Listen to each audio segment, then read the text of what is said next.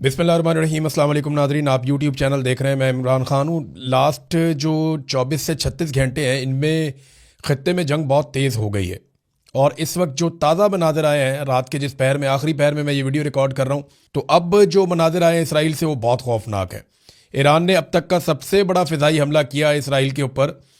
और यानी इस हमले को आप ये कह सकते हैं कि शायद शुरू के दिनों में जब इसराइल का एयर डिफेंस सिस्टम ठीक से काम कर रहा था, उस वक्त शायद इस लेवल का हमला किया गया हो जितना बड़ा हमला अब किया गया है। इससे पहले इसराइल की ज़मीन से मिसाइल इस तरह नहीं टकराते थे जैसे अब टकरा रहे हैं। जिस तरीके से क्लस्टर बम गिर रहे हैं, जिस तरीके से मिसाइल टकरा रहे हैं, बहुत बड़ा नुकसान हुआ इसराइल का।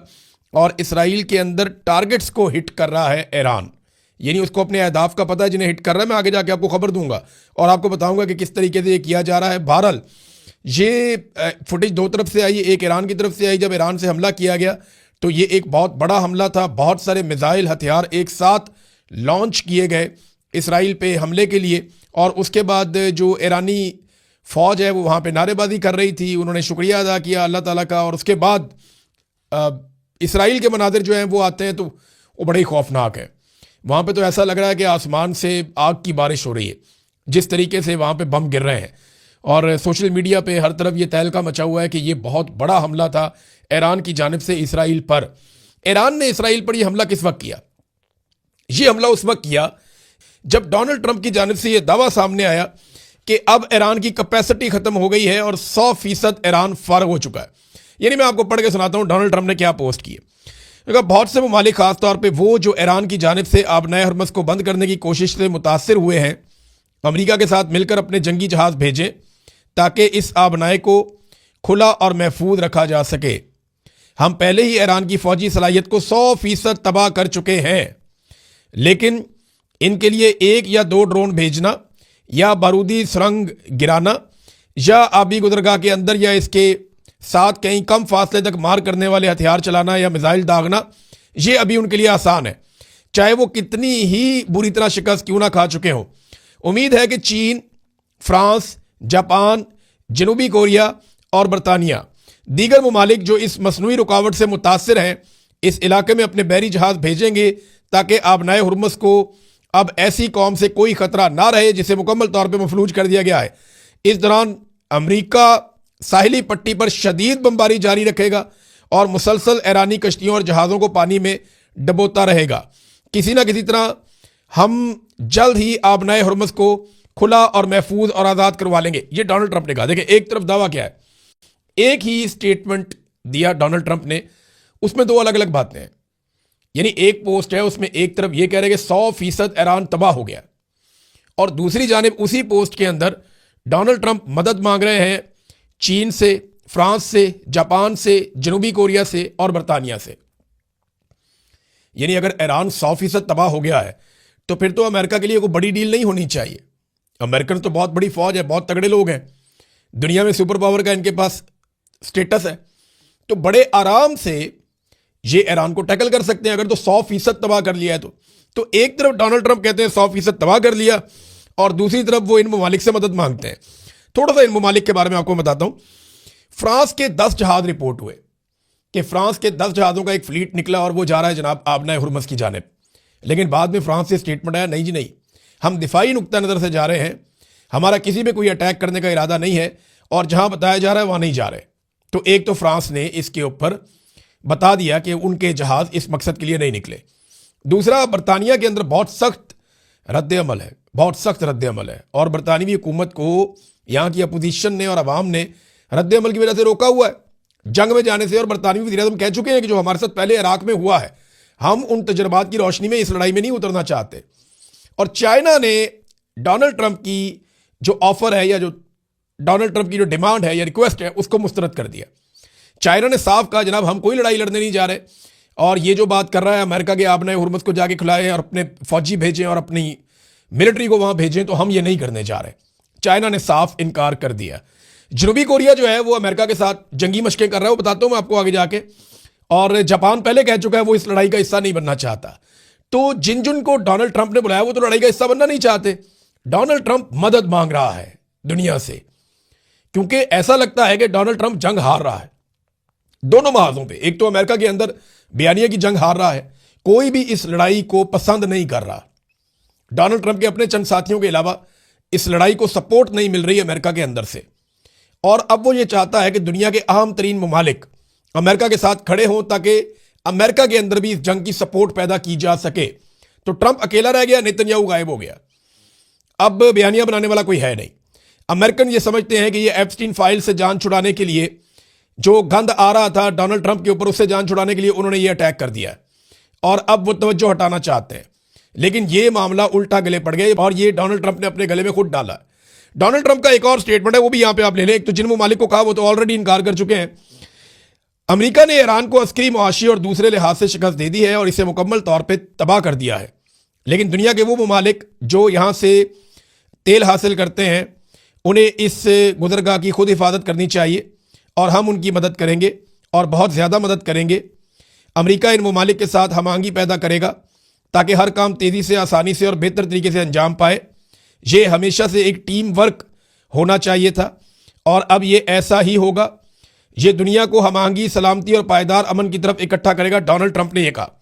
देखिए, डोनाल्ड ट्रंप बार बार दुनिया को बुला रहा है कि आओ मेरे साथ मिलकर ईरान पे हमला करो, तो मैं अब नहीं कर पा रहा, मेरे से नहीं हो रहा, ये ऐसा दिखाई देता है।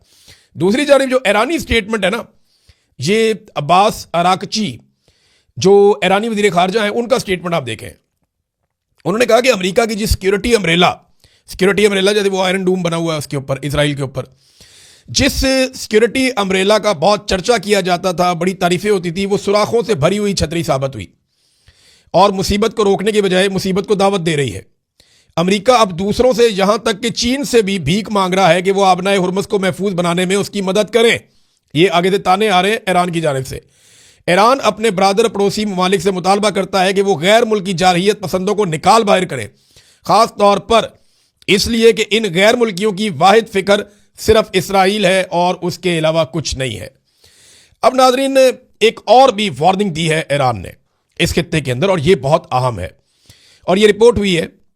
और रिपोर्ट ये हुई है कि पासदारान इनकलाब यानी ईरान की जो फोर्स है, उसने खित्ते में मौजूद बड़ी अमरीकी कंपनियों को इलाका खाली करने के लिए तंबीह कर दी है और वार्निंग जारी कर दी है कि इलाका खाली कर दें, और साथ में एक लिस्ट जारी की है जिसमें उन कंपनियों के नाम है और साथ में वो इलाके लिखे हुए हैं, उनके एड्रेस लिखे हुए, यहाँ पे कंपनियां में पता है हम इन्हें मार सकते हैं, फौरन खाली करो इसको। तो जो उन्होंने नाम लिए हैं, उन्होंने कहा जी हम अमरीकी हुकूमत को तंबीह करते हैं कि वो खित्ते से तमाम अमरीकी सनतों को निकाल ले। हम इन सनती कारखानों के करीब रहने वाले लोगों से जिनमें अमरीकियों के शेयर हैं, दरख्वास्त करते हैं कि वो इन इलाकों को छोड़ दें ताकि इन्हें कोई नुकसान ना पहुंचे। पासदारान इनकलाब की जानिब से जारी करदा उनसे वाबस्ता फारस न्यूज़ एजेंसी की तरफ से शेयर करदा एक ग्राफिक में उर्दन और मुत्तहदा अरब अमारात में काम करने वाली अमरीकी सनती, टेक्नोलॉजी, तवानाई और मालियाती कंपनियों की एक पूरी फहरिस्त जारी की गई है, जिसमें उनके दफातर को मखसूस मकामात जो है वो एरिया भी उन्होंने बताया कि ये एरियाज है। अब ये कौन सी बड़ी बड़ी कंपनी है? लॉकहीड मार्टिन, ये बहुत बड़ी कंपनी है, ये हथियार भी बनाती है, दुनिया में जहाज भी बनाती है, मिलिट्री के हवाले से बहुत काम करती है। अबू धाबी में है, ग्लोबल मार्केट में इसका ऑफिस है। देखें, उनको पता है कहाँ पे है, क्या है। ये बोइंग का जो ऑफिस है वो ओमान डिप्लोमेटिक एरिया में है, यानी दुबई साउथ एविएशन डिस्ट्रिक्ट में। माइक्रोसॉफ्ट और उसका दफ्तर उन्होंने लिखा हुआ है, फिर ओरेकल और उसका दफ्तर उन्होंने लिखा हुआ है एड्रेस, फिर एक्सन मोबिल, फिर सिटी ग्रुप, फिर अमेजॉन वेब सर्विसेज, फिर NSO group, KKR, gate village, इसका भी एड्रेस लिखा हुआ है, बोस्टन कंसल्टेंट ग्रुप, इसका भी एड्रेस लिखा हुआ है, और बहुत सारी कंपनियों का उन्होंने पूरा दिया हुआ है, एक लंबा चौड़ा नाम लिखे हैं अमेरिकन कंपनियों के या जिनमें अमेरिकन के शेयर हैं। साथ उन्होंने बताया जनाब ये इनके एड्रेस हैं, हम इनको मारेंगे, यहाँ से निकल जाओ फौरन और इसके आसपास भी कोई ना जाए। ये ईरान कर रहा है। अच्छा, ईरान के हमलों के हवाले से ना एक बड़ी इंटरेस्टिंग खबर है मेरे पास। खबर यह है कि ईरान ने इसराइली रहनुमाओं, इसराइली वज़रा, उनके कमांडरों, उनके पायलट्स और खुफिया एजेंसी के अफसरान के मखसूस पते मालूम करके उन पर हमले शुरू कर दिए। यानी ईरान को एग्जैक्टली पता है कौन कौन किधर किधर है और उनके एड्रेसेस के ऊपर हमले शुरू कर दिए और उनके घरों को ढूंढ ढूंढ कर निशाने लगाए जा रहे हैं। पहली बात, ईरान ने इसराइल के अंदर शिकार करना शुरू कर दिया है और तेल अवीव में लोग सदमे में हैं, लोग अपनी जान बचाते फिर रहे हैं। और ये खबर मैं नहीं दे रहा आपको, ये खबर आपको स्प्रिंटर प्रेस की पोस्ट के अंदर मिल रही है और ये आलमी सतह के ऊपर खबर छपी है।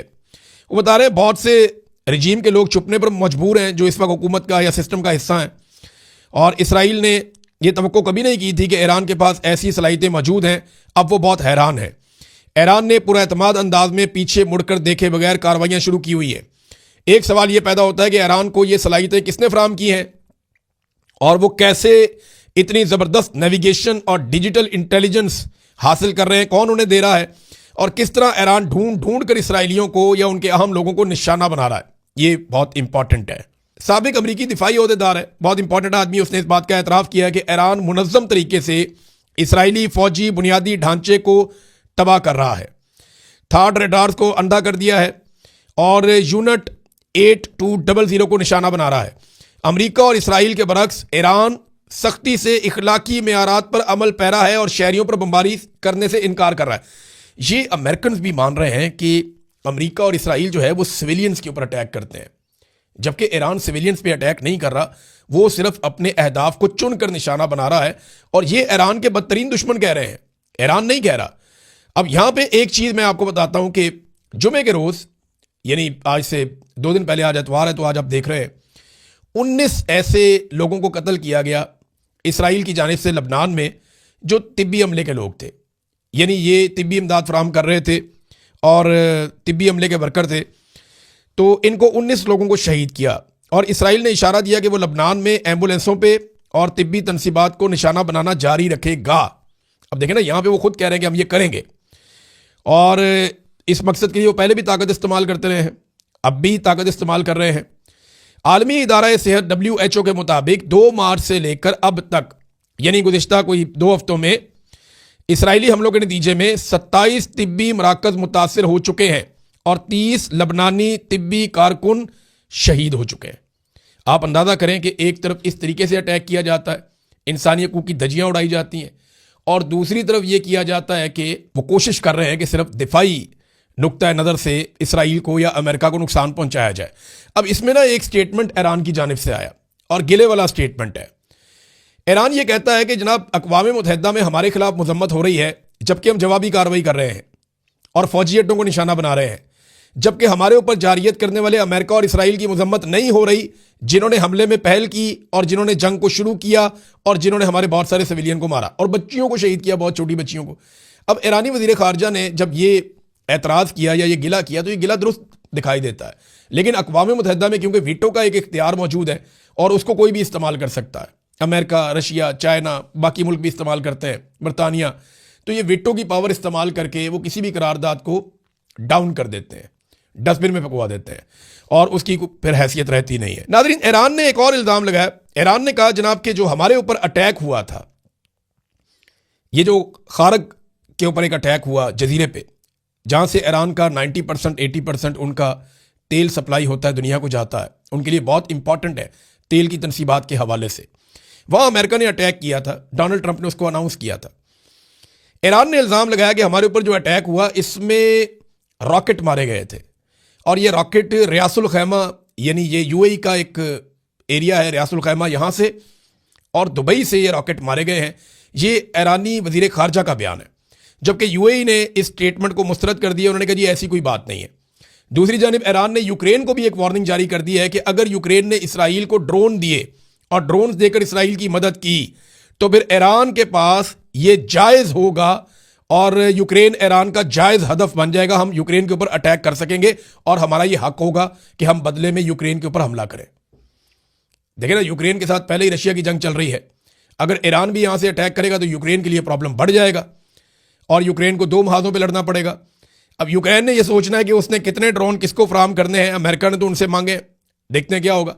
नाज़रीन, एक और बड़ी इंपॉर्टेंट डेवलपमेंट जो है ना, वो इस रीजन से आबनाए हुर्मत में तो जंग चल रही है। डोनाल्ड ट्रंप के लिए सबसे ज्यादा शर्मिंदगी की बात यह है कि समंदर का एक रास्ता है, एक तरफ डोनाल्ड ट्रंप बैठा है, इसराइल बैठा है, अमेरिका के इत्तेहादी अरब ममालिक बैठे हैं और एक तरफ अकेला ईरान है।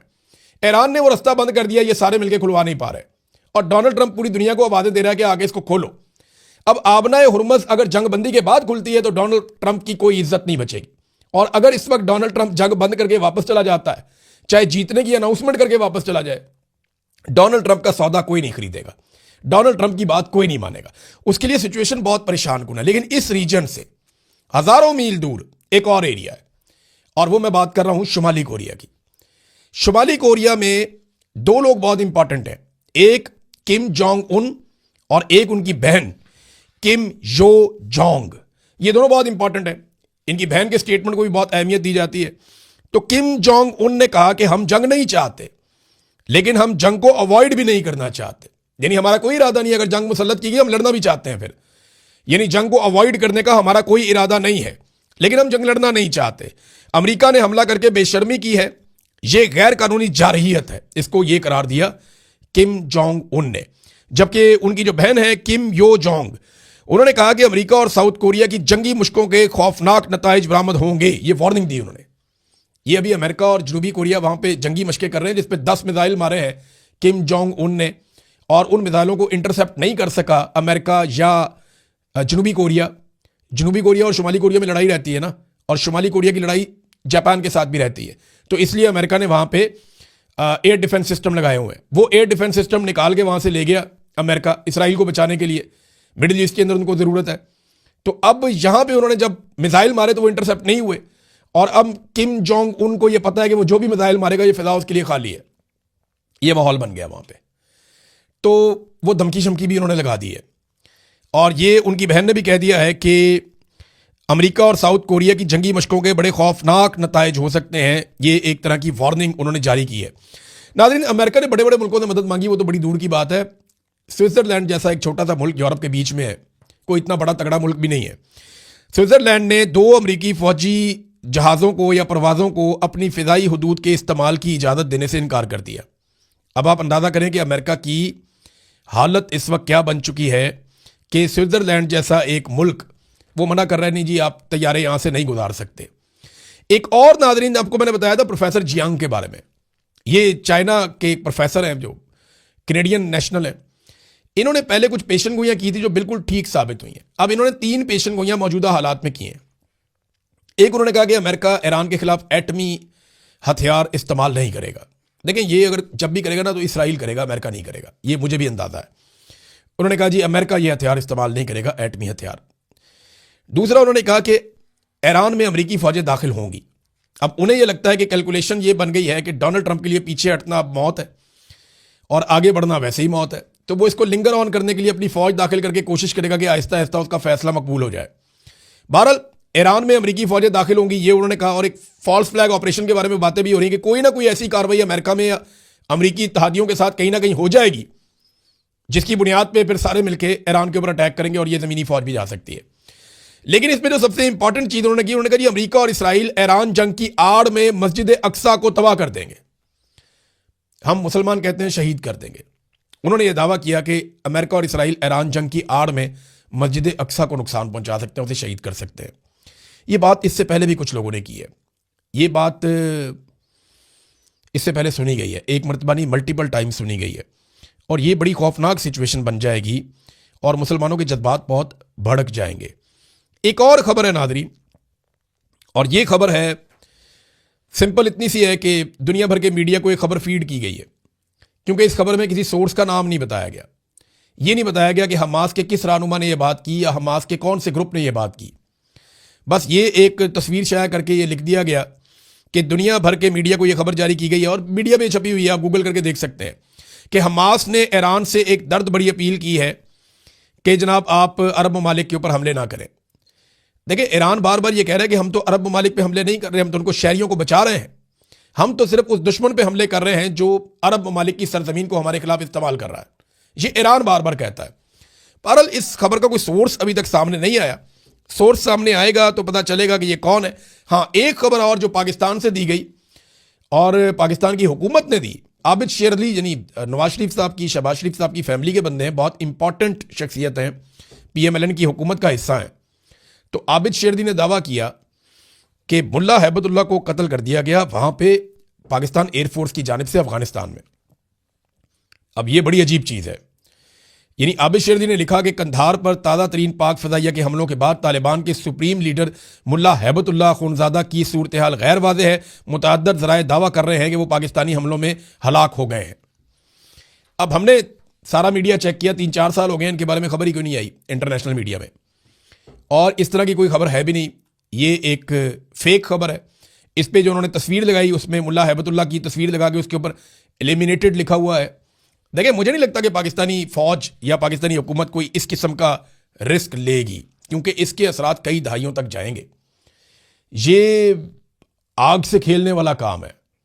मैं किसी के नज़रिए या किसी की पॉलिसी की बात नहीं कर रहा, मैं ये कह रहा हूं कि दोनों हमसाया ममालिक हैं और दोनों को रियलिटी के साथ चलना होगा, एक दूसरे को तस्लीम करना होगा, एक दूसरे की मदद करनी होगी और दहशतगर्दी को मिलकर जड़ से उखाड़ना पड़ेगा, तभी दोनों ममालिक में अमन आएगा। वैसे आपस में जितना मर्जी लड़ते रहे, एक दिन टेबल पे ही फैसला होना है। अब तक के लिए इतनी, अपना ख्याल रखिएगा, अपने इस चैनल का भी। अल्लाह हाफ़िज़।